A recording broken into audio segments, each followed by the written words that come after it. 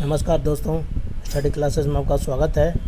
तो आइए पढ़ते हैं एपिसोड 23। समसामयिक काल में मैकफर्सन, पॉपर, रॉल्स और बर्लिन ने भी उदारवाद को संशोधित किया।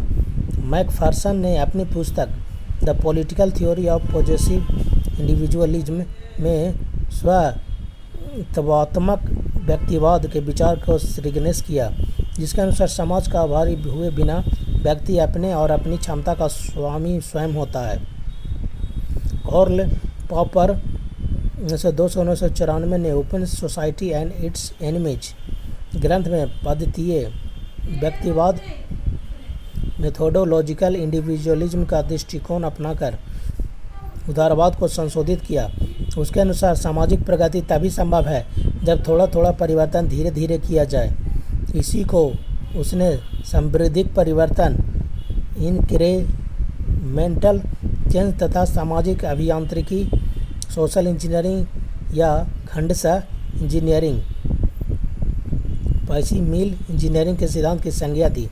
रॉल्स ने अपने न्याय के सिद्धांत में कांट की मानवीय गरिमा की धारणा को व्यवहारिक रूप देकर नैतिक व्यक्तिवाद के सिद्धांत का प्रतिपादन किया और उदारवाद को संशोधित किया। कांट 1724 से 1804 जर्मन राष्ट्रवादी चिंतक था। उसने मूल्य और गरिमा, वैल्यूज और डिग्निटी में भेद करते हुए कहा कि जहां मूल भौतिक वस्तुओं का गुण है, गरिमा या प्रतिष्ठा या मान मर्यादा मनुष्य का गुण है। समान मूल्य की वस्तुओं की परस्पर अदला बदली हो सकती है, परंतु गरिमा के साथ यह बात लागू नहीं होती। मूल्य वाली वस्तु में जो मानव की आवश्यकताओं की पूर्ति करती है का बाजार में महत्व होता है, परंतु गरिमा अमूल्य होती है, इनवैल्यूएबल होती है, इसलिए इसका विनिमय एक्सचेंज नहीं हो सकता है। यही कारण है कि कांट के अनुसार प्रत्येक मनुष्य अपने में एक उद्देश्य है, किसी दूसरे के उद्देश्य की पूर्ति का साधन नहीं। इसी की दृष्टि में यही मानवीय समानता के सार्वभौमिक सिद्धांत का आधार है। रॉल्स ने न्याय को औचित्य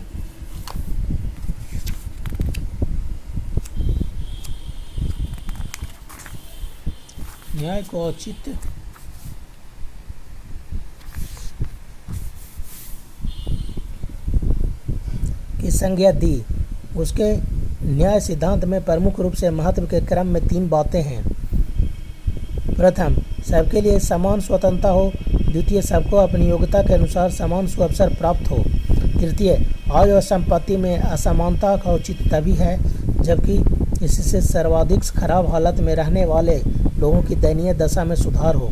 इसी प्रकार बर्लिन ने नकारात्मक स्वतंत्रता, नेगेटिव लिबर्टी के महत्व पर प्रकाश डालकर उदारवाद का जोरदार समर्थन किया है। इस प्रकार प्रायः सभी उदारवादी प्रजातांत्रिक चिंतक राज्य को यंत्र के समान एक कृत्रिम संस्था मानते हैं जिसका उद्देश्य मनुष्य का कल्याण करना है। दूसरा, समुदायवादी राज्य। समुदायवादी राज्य के सिद्धांत के प्रवक्ता भी राज्य की यांत्रिक प्रकृति का समर्थन करते हैं। मैकिंटायर ने अपनी पुस्तक अल्टर वर्च्यू, सांडेल तथा बाल्जर ने स्फेरिकली जस्टिस तथा टेलर ने सोर्स ऑफ सेल में समुदायवादी राज्य का विवेचन प्रस्तुत किया है। उन सभी के अनुसार भी राज्य कृत्रिम साधन है जिसका मुख्य उद्देश्य मानवीय उत्कर्ष के विकास में सहायता करना है। समुदायवादी राज्य 3 अर्थों में उदारवादी राज्य से भिन्न है। प्रथम, जहां उदारवादी राज्य व्यक्तियों की स्वतंत्रता, समानता और प्रगति पर जोर देता है, समुदायवादी राज्य सामुदायिक जीवन में के कल्याण की बात करता है जिसके स्वस्थ वातावरण में मानवीय जीवन फलता फूलता और समृद्ध होता है। द्वितीय, उदारवादी राज्य व्यक्तिगत नागरिक के प्रति उत्तरदायी होता है, जबकि समुदायवादी राज्य की सहानुभूति संपूर्ण समाज के प्रति होती है। समुदायवादी चिंतकों के मतानुसार राजनीति का प्रारंभ समुदाय से होता है, क्योंकि समुदाय ही व्यक्ति की प्रकृति को निर्धारित और निरूपित करता है।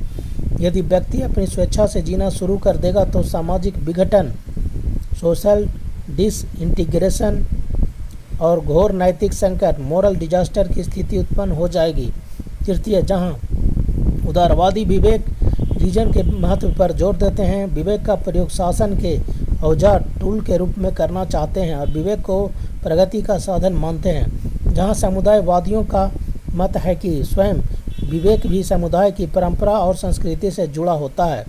इसलिए समुदाय की परंपरा, ट्रेडिशन और संस्कृति, कल्चर का आगमन कर ही सामाजिक सामंजस्य और शांति की स्थापना की जा सकती है।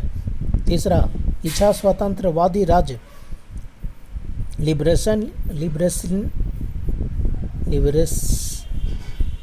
Libertarian state. इच्छा स्वतंत्रवादी राज्य के प्रवक्ता भी राज्य यांत्रिक प्रकृति में विश्वास कर उसे एक कृत्रिम संस्था मानते हैं। उनकी मान्यता है कि राज्य की उत्पत्ति लूटमार से हुई है। प्रारंभ का राजनीतिक वर्ग लुटेरों का एक गिरोह था जो निसहाय लोगों से इसलिए कर वसूला करता था कि वह दूसरे लुटेरे गिरोहों से उनकी रक्षा कर सके। लुटेरों के गिरोह ने जब अपनी स्थिति को कानून द्वारा नियमित कर लिया तभी राज्य की उत्पत्ति हुई। राज पूंजीपतियों, जमींदारों, व्यापारियों, उद्योगपतियों का आर्थिक उपकार कर उनका समर्थन प्राप्त करने का प्रयास करता है। स्वतंत्रता के समर्थकों के अनुसार आर्थिक कार्यों का संपादन बाजार मार्केट्स के द्वारा होना चाहिए, राज्य द्वारा नहीं। यह विचारधारा हस्तक्षेप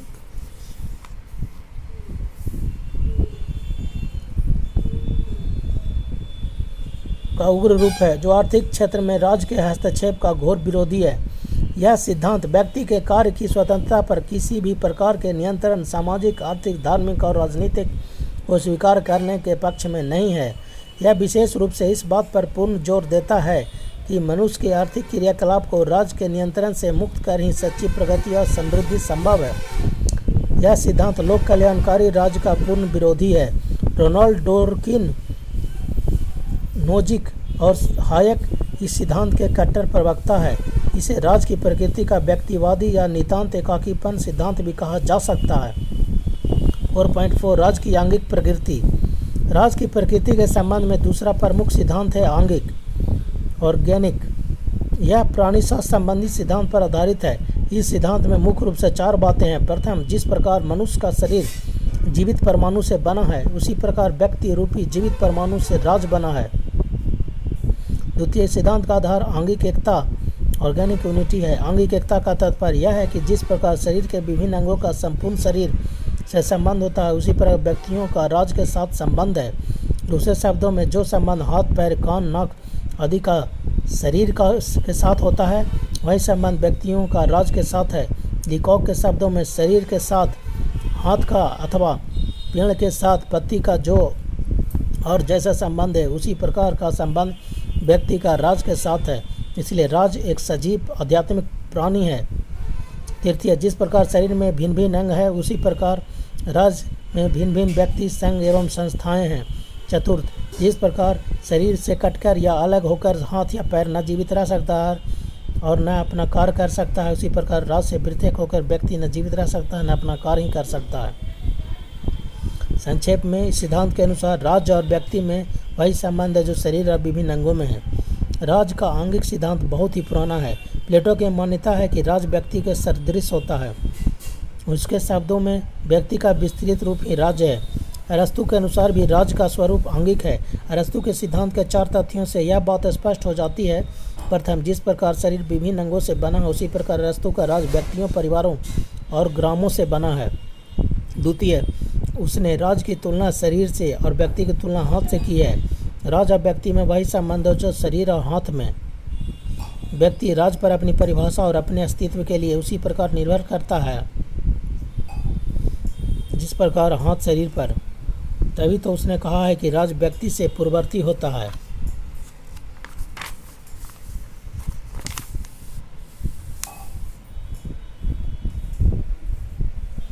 तृतीय, उसने यह भी कहा है कि जिस प्रकार शरीर के किसी एक अंग में अत्यधिक वृद्धि होने से समस्त शरीर का संतुलन बिगाड़ जाता है उसी प्रकार राज्य के किसी एक तत्व में अत्यधिक वृद्धि होने से राज्य के स्थायित्व खतरे में पड़ जाता है। चतुर्थ, अरस्तु ने मानव शरीर के समान राज्य के अंगों को 2 वर्गों में विभाजित किया है, भिन्न इंटीग्रल और सहायक कंट्रीब्यूटरी। अभिन्न वे अंग होते हैं जो शरीर के कार्य में प्रत्यक्ष रूप से भाग लेते हैं और सहायक वे अंग होते हैं जो शारीरिक क्रिया में प्रत्यक्ष रूप से भाग नहीं लेते हैं। परंतु अभिन्न अंगों को अपने कार्य करने में सहायता प्रदान करते हैं। उदाहरण स्वरूप यदि हाथ, पैर, मुंह आदि अभिन्न अंग हैं तो रक्त, मांस, मज्जा आदि सहायक अंग हैं। अरस्तु के अनुसार राज्य रूपी शरीर में भी इसी प्रकार अभिन्न और सहायक अंग हैं। सेना, कार्यपालिका, विधान पालिका और न्यायपालिका राज्य के अभिन्न अंग हैं और कृषक, शिल्पी, श्रमिक और व्यापारी उसके सहायक अंग हैं। इन सब तथ्यों से अरस्तु के राज्य का आंगिक स्वरूप स्पष्ट हो जाता है। जय हिंद, जय भारत।